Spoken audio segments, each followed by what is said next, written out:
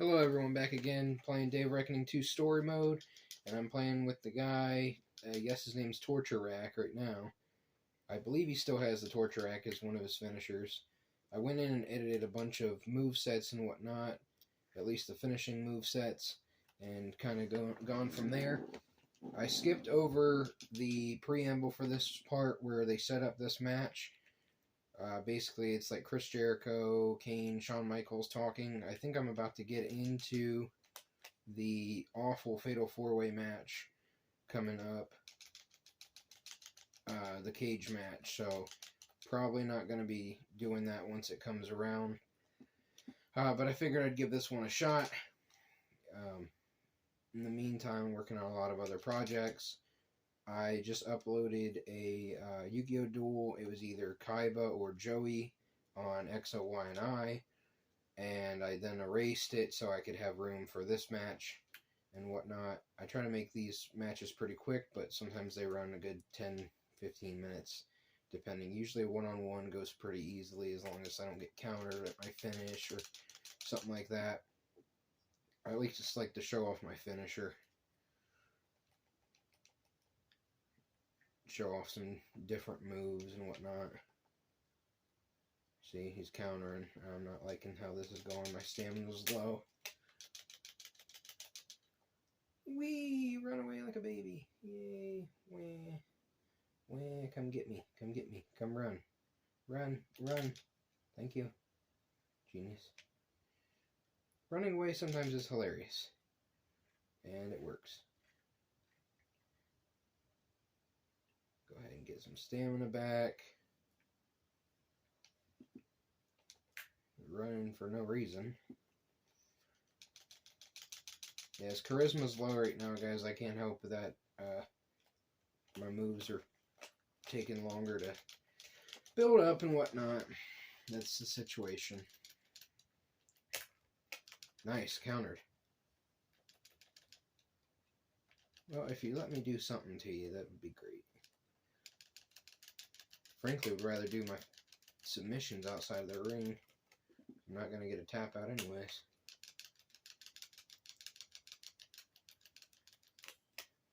I wish if you had more stamina, you'd like get up quicker and like you'd have a better chance of countering and whatnot, but I don't know if that's necessarily the case.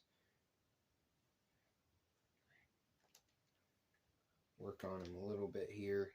I don't know if I'm going to use a submission or a regular pin. I believe the stunner is my front-facing grapple, and the back is the Torture Rack. And I don't know if his strength is up for the Torture Rack and so forth. I don't know. This game's kind of wonky like that. But yeah, this is Day of Reckoning 2, the story mode. Kane's getting close to getting into danger mode, which means he pretty much is guaranteed to lose if you pin him real quickly. And also he gets something called momentum shift, which is like a special move, which is generally like a finishing move, and then you become into danger shift. So you have to be really smart about all that. So when they get into danger like this, I make sure they stay out of the ring, because then they have to drag you back in the ring if they want to do something to you.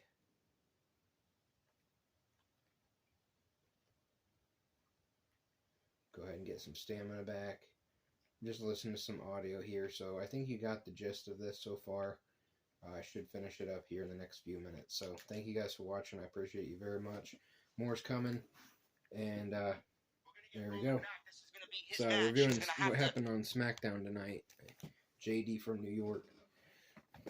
Take control back of the bloodline.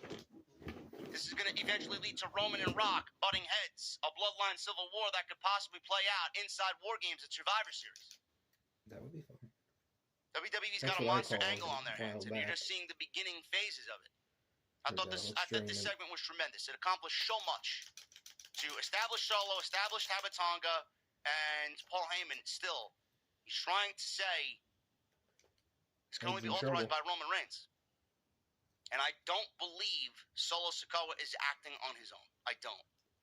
There's a motive and there's a higher power here, and that higher power is The Rock. Santos Escobar versus Carlito. I am over this. I love Santos. I do. I am so over the LWO and Legado del Fantasma. I am over it. Who attacked Dragon Lee? Just get to that and move this fucking feud on and put these two groups on separate shows. I am so done with it. Santos Escobar wins. Seems like a decent idea. We go to a commercial break. Zelina Vega was standing on Carlito's shoulders as Carlito hit a springboard splash onto Escobar outside the ring. We get back from the break. Escobar had control, landed a Frankensteiner from the second rope. For a 2 count, Carlito fired up. Multiple clotheslines, running knee lift. He went to the top rope. Electro Lopez distracted the referee until Vega got involved. Lopez caught Vega and swung Vega into the barricade on the outside. Looked like she botched it. Referee was breaking up the women fighting on the outside. Escobar hits a low blow on Carlito, and he nails the Phantom Driver for the win. Absolutely nothing match that I feel like we've seen every single week for the majority of 2024. Seriously? Nobody gives a shit. And Santos' heel turn has gone up in flames, in the dumps. Kayla Braxton. Ooh. She was in a luxury box with damage control.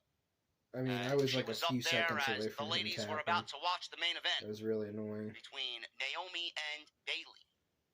She asked why they were watching the main event from the luxury box. Kota Kai was upset as she referred to Io as the former champion. She says they were there to watch two people they can't stand the most tear each other apart. She yelled and said that they are still the most dangerous group in WWE. As she talked about Asuka and Kairi being the tag team champions, Jade Cargill's music hit, and she walked in the opposite luxury box with Bianca Belair, and they started talking shit to each other.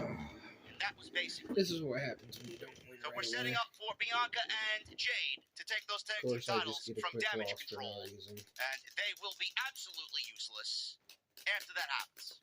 Expect new women's tag team champions in Bianca Belair and Jade Cargill. Main event. Bayley versus Naomi. This one was for the Women's Championship, the WWE Women's Championship here in the main event. These ladies got about 12 minutes. I thought this was a fine match. Wasn't anything too crazy. I don't think this is something you guys got to go back and catch up on. It's not like you missed some sort of banger. It's Naomi's very good. Bayley's very good. It's just there. Gosh, dang it's set up for what's coming next, and that is basically Tiffy time. Tiffany Stratton. She finished the match and caused a DQ. Okay, I'm hitting the button. So neither Naomi or Bayley were pinned here in this match because both ladies, Bayley's not losing the championship, and Naomi suffered way too many losses, so you can't pin her again. So the likely interference here was I figured that was it. it. And that's exactly what happened. And it'll probably make me redo it. So, yep. All right, guys. Thanks for watching. We go into a